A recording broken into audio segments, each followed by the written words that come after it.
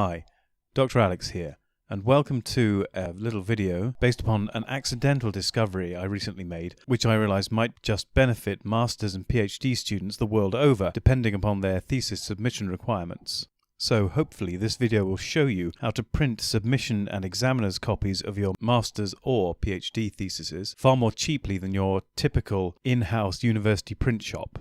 It will even include postage in the price, which of course would be very useful if you're having to submit your examiner's copies to external examiners, as is often the case. How I came to make this discovery is a somewhat convoluted tale, partly because of the way I finished my PhD, and as a consequence, the ways in which I did or rather did not get my thesis printed in those final stages of the PhD process. Obviously, when I finished my first version of the PhD thesis for submission in August of 2016, I had to print off additional copies then to send to examiners and paid for those copies at that time. But within days of my submission, I had then fled the country to take up a new job in Italy, in Naples, which, while I loved Naples and was having great fun at the fencing club in Naples and making friends there, the job itself turned out to be a complete disaster, being run by people who had no business being in the business that they were in and clearly had no idea how to run the business that I'm tactfully avoiding mentioning the type of business and the name of the business in question, so as not to embarrass those in charge there. Suffice to say, as a consequence, I rapidly came back to the UK within 3 months, which was still a month before my PhD Viva was due, the oral examination where they check you really do know what you're talking about and did the PhD research yourself. And during this time, I did not even have access to my original flat where I live, and was fortunate to be able to flat sit for a friend way away in North London, miles from where I actually live, and also miles from where my new job was, which I'd returned to. And suffice to say that this was a very stressful time, so once again, thoughts of how to print extra copies of my thesis were completely forced from my head as I panicked and prepped for my final Viva of the PhD itself. Obviously, I passed the PhD Viva with minor corrections, celebrated with my friends immediately afterwards down the pub, and then went straight back to work the next day, meanwhile trying to liberate my flat from those who were in it at the time, and all of these factors combined meant I never gave printing another copy of my thesis any further thoughts. Until recently. And so the convoluted tale continues. Recently, I had to publish a novel, and while doing so, investigated, among other things, my old university's print shop costs and printing capabilities, and discovered that there were commercial firms that were way cheaper than the university print shops for printing in general. And while at that point I was focusing on hardback copies, and I found a really good commercial outfit called Print24, which I'd recommend for anyone who requires a hardback printed copy of anything, what I actually fell back on for printing the novel was going to Amazon Kindle Direct Publishing and publishing it there, because I had discovered through other publications I'd put into Kindle Direct Publishing before, when it was purely in Kindle format and had no other options available for printing. Since that time, Kindle had introduced an entirely free additional option of print your Kindle published work in paperback. And so, utterly unrelated to my PhD thesis and any thoughts to printing that, I had uncovered ways of printing hard copies through the firm I was talking about, Print24, and printing paperback copies of the books via Amazon and Kindle Direct Publishing. The final nudge, which made me think about this avenue of printing being useful for students to know about, since they are forced to print copies for examination submissions and final copies as well, was a student of mine talking about something their relative had printed, and this was, of course, a PhD thesis, which they then turned into a book. And I immediately thought, well, the easy way to do that would be to put it on Kindle Direct Publishing. And that was what made me think, well, hang on, wouldn't that be a very easy way to print copies for when you're doing the PhD or master's thesis itself to submit to the examiners? And that's when I did this recent piece of research to find out whether that was viable and indeed preferable to going down the print it through your university's in-house print shop. And to my mind, it should be. Now, I'm going to focus in my analysis on the Queen Mary University of London PhD thesis submission guidelines, because they're the ones I'm most familiar with and the ones which I have most easy access to, but this should be applicable to many different universities, not just across the UK, but across the world. I imagine that most PhD thesis submission guidelines would, for example, require A4. It is not inconceivable that in the US they might ask for US letter format rather than A4, but I suspect across most countries they'll be asking for A4 submissions for their PhD theses. So while there may be individual peculiarities for each university, which you'll have to investigate yourself, hopefully there'll be enough similarity with the Queen Mary guidelines that you'll be able to see sufficient guidance in what I'm saying, and anything that doesn't overlap you can work around. So first I'll run through the Queen Mary thesis submission guidelines for at least PhD submissions, and with luck there'll be sufficient similarity with whichever submission guidelines you have to follow that you'll find it useful. Of course, all of this may be moot if post-global plague, written thesis submissions and physical thesis submissions, I should say, become a thing of the past and everything is done electronically. Indeed, Queen Mary's current guidelines, under the current medical emergency conditions, are indeed for electronic submissions rather than physical hard copy submissions. So maybe this will all be rendered completely irrelevant. But in case things return to normal and hard copies are required again, here are the guidelines from Queen Mary for submission. So from the first set of instructions, you can see that not only do you need 2 copies for the examiners, you also need to have an identical copy for yourself. So that's the printing costs of 3 copies right there. As mentioned earlier, on the next page, you can see that everything needs to be A4, and there are some other document formatting requirements on there. Of course, most of these document formatting requirements would be automatically transferred to your final published form, whatever that may be, because they will be embedded in the PDF version of your final document. And finally, we get to the most relevant of the requirements, the binding requirements. Now, in the case of Queen Mary, these are particularly unhelpful binding requirements, but not an insurmountable obstacle necessarily when it comes to utilizing my suggested cheaper method of printing. So there are 2 options that they will accept. 2 softbound copies using Morgana binding, which is, by the way, also known as perfect binding, and this isn't particularly mysterious, it's just the way that most paperback novels are actually printed, and also how Amazon Kindle Direct Publishing will print any paperback books that they produce. You'll notice that the Queen Mary ones also say with a transparent cover. Now, I remember this from my submissions that the 2 copies had this awful clear piece of essentially A4 overhead projection transparency on the front and a grotty piece of A4 card on the back, but this was fine because it satisfied their submission requirements. However, it still wasn't cheap, as you'll find out shortly. Alternatively, you can have 2 softbound or hardbound copies covered in medium blue cloth with the degree, year, surname and initials on the spine. Now, this cloth binding does sound like a bit of a tall order, particularly since you can probably guess that Kindle won't produce that particular type of formatting. However, I did coincidentally produce another book via Kindle Direct Publishing in which I gave it a faux cloth cover look, as you can see here. So you could easily make your cover image for Kindle Direct Publishing have a cloth cover background to it, which would then, unless they're going to start physically taking apart the layers of your front cover, is highly unlikely that they'd reject it. But anyway, this type of attempting to massage your book to fit their requirements is something you will have to experiment with, depending upon your own university's requirements. Hopefully, they'll just want 2 softbound Morgana copies without this ridiculous transparent cover, and you'll not have to do this merry dance of trying to fit a bizarre and peculiar type of format. But as I'm suggesting, there are ways with imagination you should be able to get around any peculiarities of their submission guidelines and use Kindle Direct Publishing. As you can see on these next 2 images, I went through Queen Mary's own print shop to see how much it would cost to get the thesis printed again there. And even with a softback printing, the total cost came to £24.83. And that didn't even include postage. You'd have to go to the print shop and pick it up yourself. And that was 1 copy. So let's compare this with the process of getting your book published through Amazon's Kindle Direct Publishing system, and compare that and the final costs with the in-house university version.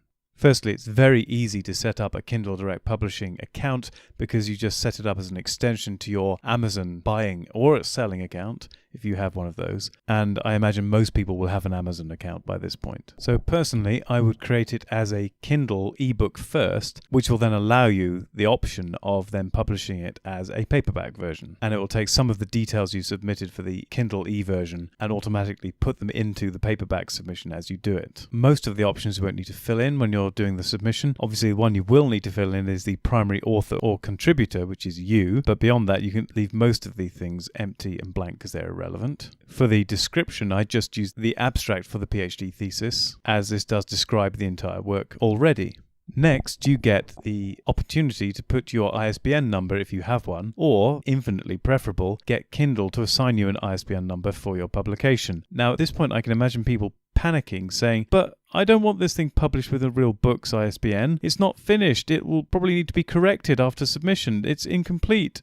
Well, it won't be incomplete, but it may not be as perfect as you want it to be. And I would say there are a couple of things you need to consider about your PhD thesis.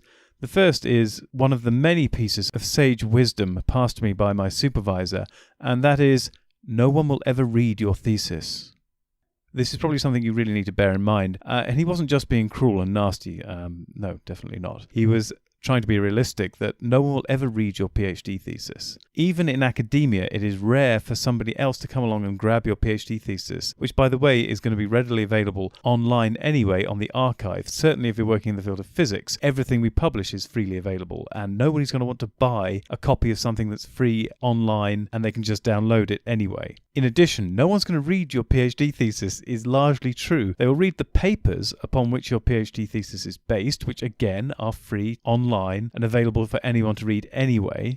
The only people who may possibly read your PhD thesis are one or two PhD students themselves in the early phases of their research, where they're trying to figure out what's already been done in the field and have a rough idea of where they could extend what's already been done. That's one of the few times when I would read somebody's PhD thesis as I was starting out doing my PhD. And if you're still panicking about having something that has potential errors that need correcting online in a published form, even though, trust me, nobody's going to buy it, nobody's going to read it, you can re-upload the PDF at any time, and it takes normally a maximum of 72 hours for any corrected versions to become the version that people will see and can publish and print off. You being the only person probably who will ever want to print this off anyway. So don't worry about the fact that it's got an ISBN, that it is now a book and it is now officially published. We're only doing this so you can print off cheap copies for submission to your examiners and possibly final presentation copies to the university. And copies for yourself, which is of course how I ended up doing this, because I wanted a nice pretty copy to send to my mum, to show her that I hadn't completely wasted my time at university. Now we are approaching something that is serious when it comes to submission of your document to your examiners and following university guidelines. And this is the print options. Here is where you'll make sure that your paper actually matches the format that your university requires, but more importantly, the trim options actually selects the size of paper, and this isn't always straightforward to figure out. You need to know what the size for A4 is in order to get this correct. But luckily on my second image for this, I'm showing you what the correct size for A4 is. And as you can hopefully see, the A4 print size is 8.27 by 11.69 inches or 21 by 29.7 centimeters. Once selected, you will get a manuscript. That is the correct size, assuming that your submission guidelines say A4. Next comes the actual document submissions itself, and with any luck you will have produced a PDF version of your examiners/submission copies of your thesis, which will be of A4 format, and so Kindle, if you selected the right trim size, will just accept that document and process it automatically. The cover, you might want to design the cover yourself as a JPEG image, or you could use the cover creator. You should still have a background image, particularly if you're trying to jump through Queen Mary's ridiculous cloth-bound cover stipulation, in which case you might want to have a background image that's entirely made of blue cloth cover pattern, rather like that green one I showed you on the Psyche cover I'd made before, and you could use the cover creator to put the title and your name upon the spine, which is quite handy. Anyway, you may need to play with that a little bit to get the cover to be exactly as you want, but you don't have to print it until the preview copy looks exactly as you wish it to be, after which you can publish it. There is one more step to go through though, and this final step is pricing of your book. Now, as I kind of mentioned before and really laboured the point, nobody's going to want to buy your book. Nobody wants to buy your PhD thesis. Nobody wants to read your PhD thesis. So this pricing step is really just form filling. And I would select the lowest possible price you can get away with, because when it comes to you buying copies, you will be buying author copies. And the author copies you buy from Kindle Direct Publishing are only charged at the printing costs. So you're not going to pay the additional cost of whatever cover price you slap on this anyway. You are just going to pay the print costs. Whatever price you select will make no difference to what you pay. It would make a difference to anyone else who came along to buy it, but as we've discussed at length now, nobody else is going to want to buy or read your PhD thesis. And once you've completed that step, you can publish it. Once published, you'll have to wait probably 3 days, so make sure you're more organized than I was and not planning to leave the country within 1 day of submission, and are ready to allow a 3-day processing gap before you get your copies printed off. And bear in mind, that will also take time to print and send. So I would give yourself at least a week's leeway to get the books printed and sent out to where you need them to. That said, examiners' copies will arrive at the examiner directly if you get Kindle Direct Publishing to post it to your examiners directly, and your examiners normally take ages to open and read the thing and get back to you anyway, so I wouldn't panic too much about it. But yes, this is a very cheap way of doing it, as we can see here from how much it costs to have this process. Bearing in mind it cost over £24 at the Queen Mary print shop without delivery, whereas for this one copy of the thesis, which I got sent to the British Library, I'll come back to that in a second, it cost £10 and 1p. That included the postage. Oh, and you may have noticed that my PhD thesis contained images, which is not surprising, and colour images at that. And the final cost of printing, the just 1 pence over £10, included the colour printing costs.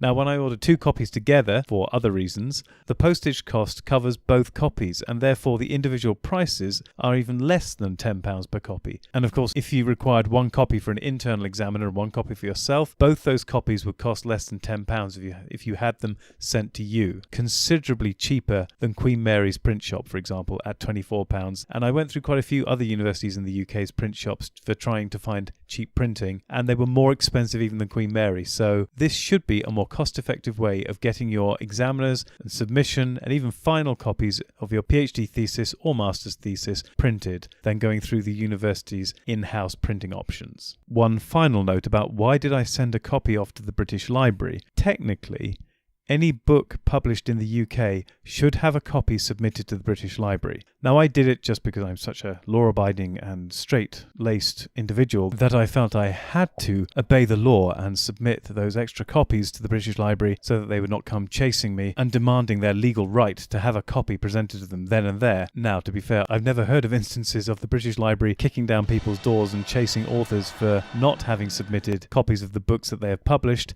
But, you know, that's just something that I did, and it's a risk you'll have to take. But in all seriousness, I really doubt the British Library is going to come knocking down your door demanding their legally required copy of your book, particularly if you're in a different country, and then the whole legal requirements for that go out the window anyway. So this is just a peculiarity for the UK. That said, there may be regional and national peculiarities of your own you have to face, but I'm afraid you're on your own there. You'll have to deal with them yourself. So, I think I've just about covered it. You can see that going through the university print shops is an expensive business, and the quality isn't going to be necessarily that great. If you go through Kindle Direct Publishing, hopefully you can meet your university's printing and submission requirements for your examiner's copies, your copies, and final submission copies after the fact. You can see that if you're worried about having something up on Kindle having been published that is not finished because you then have to go through corrections after your Viva, as I did, don't fret. You can republish or upload new copies all the time. The novel I mentioned earlier, I have uploaded 2 more versions where I found minor typos and corrected them. So the current version should be the most correct version possible, and you really shouldn't stress too much about any minor problems with the initial upload, partly because you can correct them very easily with a 3-day lag time before the new copies are available. And please bear in mind,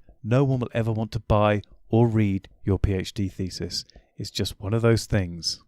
And so, I think we've pretty much covered everything there. I can only hope that this has been of help to people all over the world who need to submit their master's and PhD theses in printed form. And I hope to see you all in whatever video I produce next. And until then, everyone out there, take care.